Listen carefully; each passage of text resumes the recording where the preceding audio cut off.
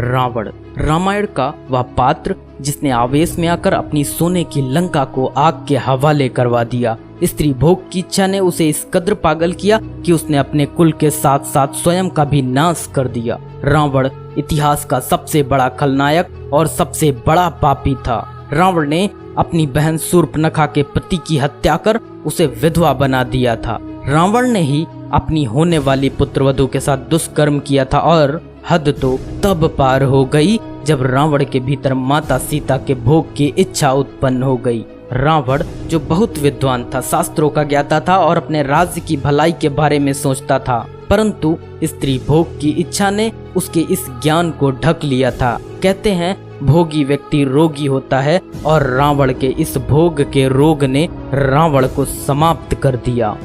भगवान श्री राम का बाण अमृत नाभि में लगने के बाद रावण जब मृत्यु के करीब था तब वह बेहद पीड़ा से गुजर रहा था। भगवान श्री राम ने लक्ष्मण को रावण से अंतिम ज्ञान प्राप्त करने का आदेश दिया। आदेश पाकर लक्ष्मण रावण के सिरहाने पर जाकर खड़े हो गए और कहने लगे, ए लंकाधिराज, मुझे आपके पास श्री राम ने परामर्श और मार्गदर्शन प्राप्त करने के लिए भेजा है। लंकेश, मुझे उत्तर दें।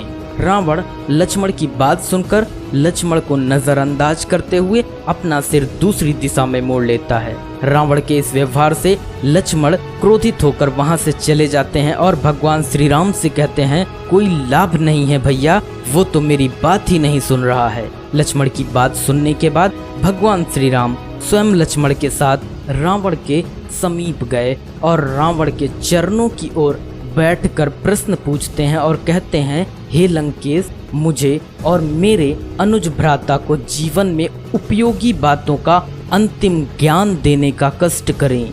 भगवान श्री राम की बात सुनने के बाद रावण दर्द भरे शब्दों में कहता है, मैं भला आपको क्या मार्गदर्शन दे सकता हूँ? मेरी बुद्धि तो स्वयं भ्रमित और अंधकार में डूबी है, उचित और अनुचित के बीच का भेद जानने में असमर्थ है। हे रघुकुल स्वामी, मैं भला आपको क्या शिक्षा दे सकता हूँ?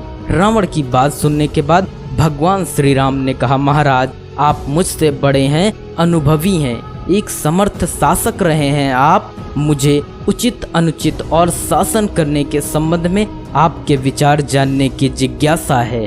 भगवान श्री राम का प्रश्न सुनने के बाद रावण ने उत्तर देते हुए कहा, हे राम, मेरे जीवन का अंत अब निकट है। कुछ भी कह पाना कठिन है, फिर भी थोड़ा बहुत जो कहता हूँ वो सुने।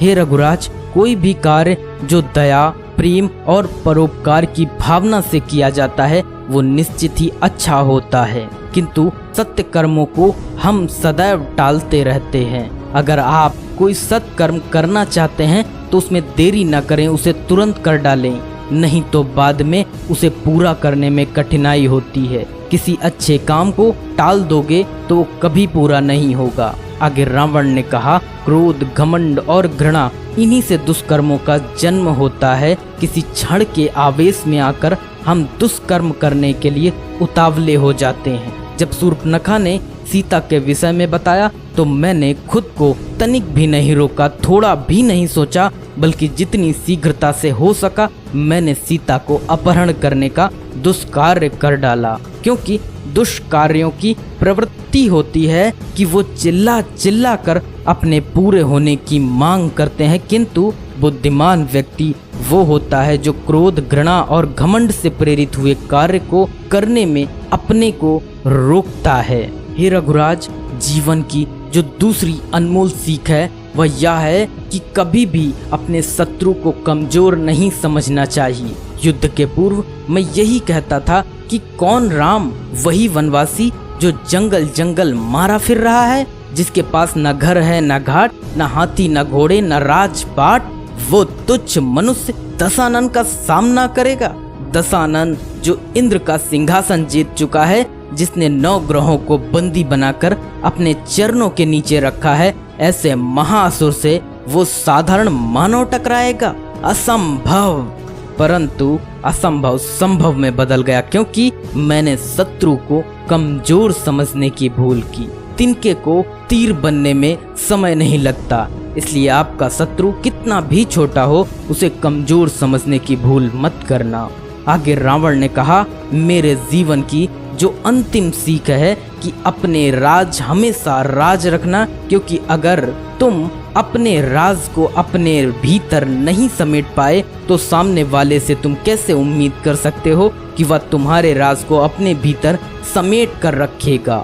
मैंने जीवन में यही भूल की, मैं अपनी अमृत नाभि का राज अपने भीतर समेट कर न रख सका, जिसके परिणाम स्वरूप मेरा यह हस्र हुआ। इसके बाद रावण ने अंतिम सांस ली और अपनी आंखें बंद कर ली। अंत में लक्ष्मण ने भगवान श्री राम से पूछा कि भैया, जब मैं रावण के पास अकेला आया था तो उसने मुझसे मुंह क्यों फेर लिया था? तो भगवान श्री राम ने कहा, ज्ञान हमेशा चरणों में बैठकर शरणागत होकर प्राप्त किया जा सकता है, किसी के सिर पर खड़े होकर ज्ञान नहीं प्राप्त किया जा सकता। बेहद तसल्ली के साथ रावण की तीनों शिक्षाओं को सुनने के लिए आपका बहुत बहुत धन्यवाद। अगर वीडियो आपको पसंद आया तो लाइक करें, शेयर करें, कमेंट करें और चैनल को सब्सक्राइब जरूर करें। धन्यवाद।